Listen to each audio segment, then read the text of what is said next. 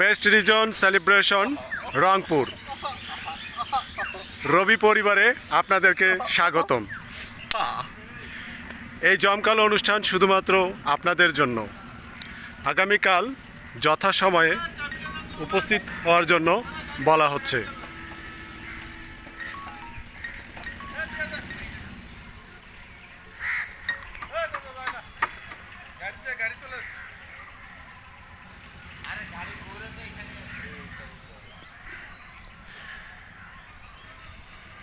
এত সুন্দর অনুষ্ঠানে আপনাদের উপস্থিতি আমাদের একান্তভাবে কাম্য।